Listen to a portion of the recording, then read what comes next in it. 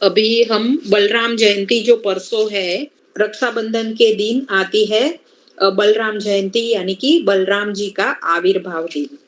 तो उसके बारे में अब हम सुनेंगे। तो इस पूर्णिमा को बलराम जी को कृष्ण के बड़े भाई जो दाऊजी महाराज का जन्मदिन है। तो उस पूर्णिमा को रक्षाबंधन भी होती है और बलराम जी का जन्मदिन भी होता है। तो एक बार प्रभुपाद जी को पूछा गया कि बलराम कौन है। तो प्रभुपाद जी ने कहा, Balram is a white Krishna and Krishna is a black Balram. There is no difference between Krishna और बलराम। तो भगवान कृष्ण के अनेकों अवतार हुए, लेकिन भगवान श्री कृष्ण का प्रथम विस्तार वो श्री बलराम जी महाराज है। तो कृष्ण से बलराम प्रकट होते हैं और बलराम जी से संकर्षण, वासुदेव, प्रद्युम्न और अनिरुद्ध यानी कि प्रथम चतुर्व्यूह आता है। फिर महासंकर्षण से महाविष्णु, फिर महाविष्णु से गर्भोदकशाही विष्णु, फिर गर्भोदकशाही विष्णु से ये 14 भुवन और अनेकों ब्रह्मांड और उसमें से क्षीरोदकशाही विष्णु, और फिर क्षीरोदकशाही विष्णु से भगवान के असंख्य अवतार, अनेकों जीव प्रकट होते हैं। लेकिन इन सब का मूल जो है वो बलराम जी है।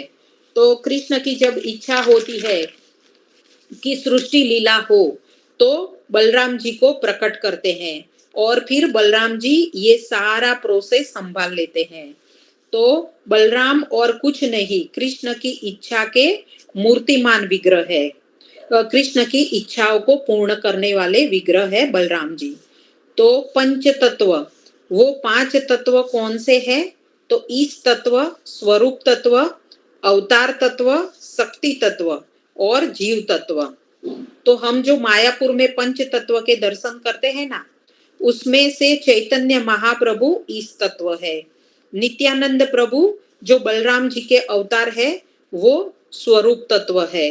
अद्वैत आचार्य अवतार तत्व है। राधा रानी के अंश से जन्मे गदाधर पंडित शक्ति तत्व और श्रीवास ठाकुर जीव तत्व है, वो नारद मुनि के अवतार है।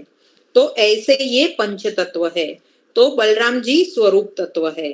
तो भगवान श्री कृष्ण के प्रथम स्वरूप है श्री बलराम जी। तो ऐसे बलराम जी का आविर्भाव दिन है। तो तत्व के अनुसार कृष्ण का स्वरूप यानी कि प्रथम एक्सपांशन है बलराम जी। तो कृष्ण बड़े हुए कि बलराम जी बड़े हुए? कृष्ण। लेकिन द्वापर युग में जब इन दोनों का जन्म हुआ तो बलराम पहले आए, बाद में कृष्ण आए। तो तत्व से बलराम जी छोटे हैं, लेकिन लीला के अनुसार बलराम जी बड़े भाई हैं और कृष्ण छोटे भाई है। कारण, तो कारण जानने के लिए हमें वाल्मीकि ऋषि के पास जाना होगा, तो रामायण में जाना होगा।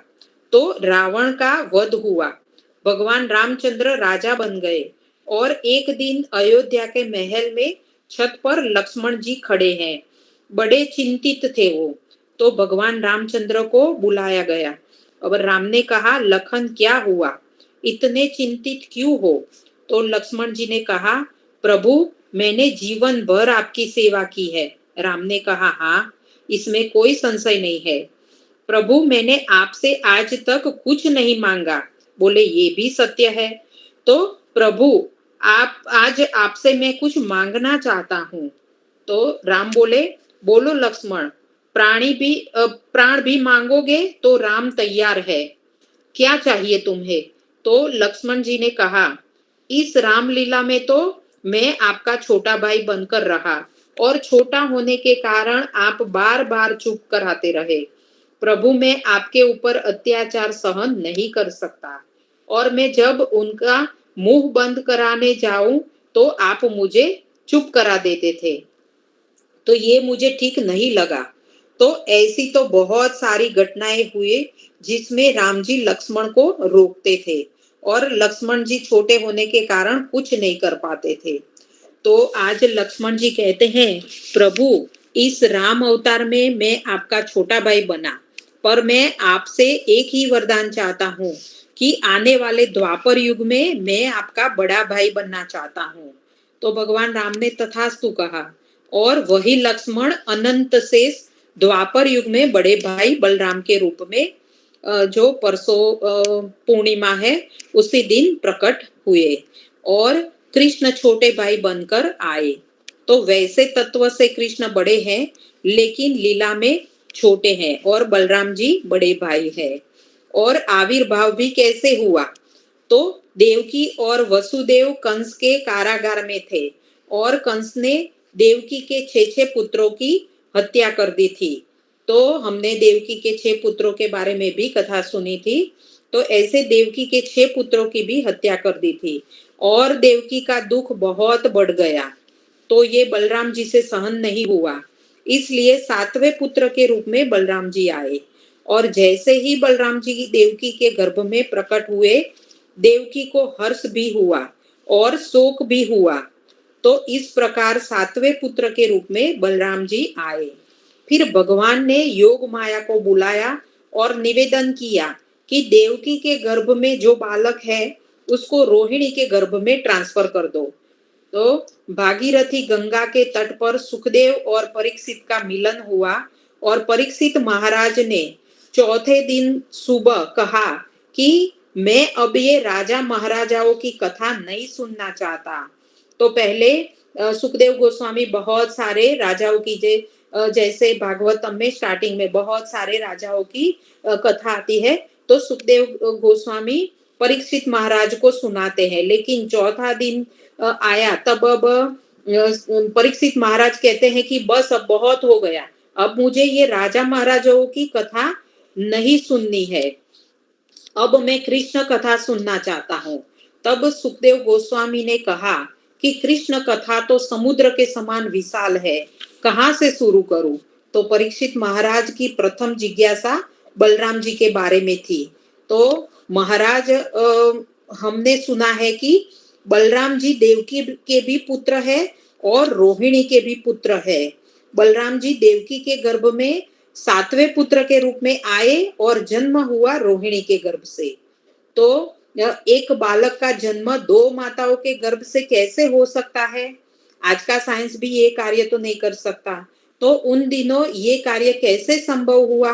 तो कृपया करके आप हमें ये बताइए। तो देवकी के 7वें पुत्र के रूप में बलराम जी का जन्म हुआ और 8वें पुत्र के रूप में कृष्ण का जन्म हुआ। तो देवकी को कृष्ण की प्राप्ति तब तक नहीं हुई जब तक बलराम उनके जीवन में नहीं आए। तो हमारे जीवन में भी कृष्ण तब तक नहीं आएंगे जब तक बलराम का जन्म नहीं होता। तो बलराम जी यानी कि गुरु तत्व है। तो हमारे जीवन में जब तक कोई गुरु ना हो तब तक कृष्ण की प्राप्ति की कोई आशा नहीं रखी जा सकती है। तो जैसे ही बलराम जी आए तो पीछे पीछे कृष्ण आ गए। तो वैसे ही हमारे जीवन में भी जैसे ही गुरु आते हैं तो समझना चाहिए पीछे पीछे भगवान आएंगे ही। तो बलराम जी बल देते हैं तो उनसे हमें बल मांगना चाहिए। वैसे खा खा कर शरीर का बल तो हमारे पास बहुत है, लेकिन भजन में बल नहीं है, भक्ति में बल नहीं है। तो बलराम जी से हमें क्या मांगना चाहिए? बल मांगना चाहिए कि हमें भजन का, भक्ति का बल मिल सके और गुरु की आज्ञा का पालन कर सके, हम गुरु के सानिध्य में रह सके। तो वैसे स्वतंत्र रहना बहुत आसान है, लेकिन किसी गुरु के अंडर में रहने के लिए बहुत ही बल चाहिए होता है। और भी बलराम जी की बहुत सारी लीलाएं हैं। तो बलराम जी कृष्ण की रक्षा वैसे करते हैं जैसे हमारी आंखों की रक्षा हमारी पलकें करती है। तो कोई भी असुर कृष्ण को मारने के लिए आते थे तो उनको पहले बलराम जी का सामना करना पड़ता था, फिर वो कृष्ण के पास जा सकते थे। तो वृंदावन में नंद गांव में जो मंदिर है उसमें नंद बाबा का पूरा परिवार है, पूरे परिवार के विग्रह है। तो नंद बाबा, यशोदा मैया, छोटे छोटे कृष्ण बलराम है। तो वहां कृष्ण और बलराम दोनों को पीताम्बर पहनाया जाता है। वैसे तो कृष्ण पीताम्बर पहनते हैं और बलराम जी नीलांबर पहनते हैं, लेकिन नंदगांव में जो मंदिर है वहां पर कृष्ण को भी पीताम्बर पहनाया जाता है और बलराम जी को भी पीताम्बर पहनाया जाता है और दोनों के हाथ में मुरली दी जाती है। दोनों को मोर पंख पहनाया जाता है। तो ऐसा क्यों? तो व्रज की लीला है कि कंस जब असुरों को बेचता था कृष्ण को मारने के लिए, तो वो बोलता था कि जो मोर पंख धारण करता है, जो पीताम्बर पहनता है, उसको मार के आओ। तो बलराम जी ने देखा कि ये सब असुर कृष्ण को मारने के लिए आते हैं, तो मैं भी पीताम्बर पहनूंगा, मैं भी मोर पंख पहनूंगा और जो युद्ध करने आएगा उसकी पहले मेरे साथ मुठभेड़ होगी, फिर कृष्ण के साथ। तो इस प्रकार बलराम जी कृष्ण की बड़ी रक्षा करते थे। और बलराम जी के बारे में एक बड़ी विशेष बात है कि यशोदा मैया ने कृष्ण से प्रेम किया, मात्र वात्सल्य भाव में। गोपियों ने कृष्ण से प्रेम किया मात्र माधुर्य भाव में। सखाओं ने कृष्ण से प्रेम किया मात्र साख्य भाव में। लेकिन बलराम जी सिर्फ ऐसे पात्र है जो पांचों रसों में कृष्ण से प्रेम किया और कृष्ण की सेवा की। तो बलराम जी शांत रस में कृष्ण की सेवा की। तो जैसे ये पेड़ पौधे होते हैं वो शांत रस है, तो बलराम जी शांत रस में कृष्ण की सेवा करते हैं। तो जितने भी इंस्ट्रूमेंट है, जैसे हम करताल बजाते हैं, मृदंग बजाते हैं, तो शांत रस में कृष्ण की सेवा करती है। तो करताल बलराम जी का स्वरूप है, ये जो मृदंग है वो भी बलराम जी का स्वरूप है। तो भगवान कृष्ण में के सेवा में जो कुछ भी यूज होता है वो सभी बलराम जी का स्वरूप होता है। तो इसीलिए जब इसको हाथों में उठाए तो पहले इसको सिर पर चढ़ाकर उसका इस्तेमाल करना चाहिए। मंदिर के जो आगे जो रेलिंग होती है, जो ऑल्टर के आगे जो रेलिंग होती है, वो भी बलराम जी का स्वरूप होती है। जैसे विग्रह में कृष्ण होते हैं वैसे शांत रस में ये बलराम जी है। तो इसलिए रेलिंग के ऊपर हाथ देकर हमें कभी भी खड़ा नहीं रहना चाहिए। फिर आसन, जब हम भगवान की आरती करते हैं तो जो आसन पर खड़े रहकर हम भगवान की आरती करते हैं, तो वो आसन भी बलराम जी का स्वरूप है। फिर आरती के लिए जो कुछ भी यूज होता है वो सब भी बलराम जी का स्वरूप होता है। तो उन सभी स्वरूपों में बलराम जी भगवान कृष्ण की सेवा करते हैं। तो ऐसे मृदंग के द्वारा, करताल के द्वारा शांत रस में बलराम जी कृष्ण की सेवा करते हैं और भी सभी वस्तुओं के द्वारा बलराम जी कृष्ण की सेवा करते हैं। फिर दास्य रस में बलराम जी कृष्ण की सेवा करते हैं। जब कृष्ण गैया चराकर थक जाते हैं तो बलराम जी कृष्ण के चरण दबाते हैं। तो प्रभुपाद जी ने भी इसकी एक फोटो बनाई है, सांख्य रस में कृष्ण के साथ खेलते हुए और मारपीट करते हुए। तो बलराम जी कृष्ण की सेवा करते हैं और कभी कभी बलराम कृष्ण को बहुत चिढ़ाते हैं। वो कहते हैं, नंद गोरे, यशोदा गोरी, तू काला कलूटा कहाँ से आ गया? तू नंद यशोदा का बेटा नहीं है, तुझे नंद यशोदा कहीं से खरीद कर लाए हैं। तो वो एक कीर्तन आता है कि तू इतना बता दे काना, तेरा रंग काला क्यों, तू काला हो कर भी जग से निराला क्यों।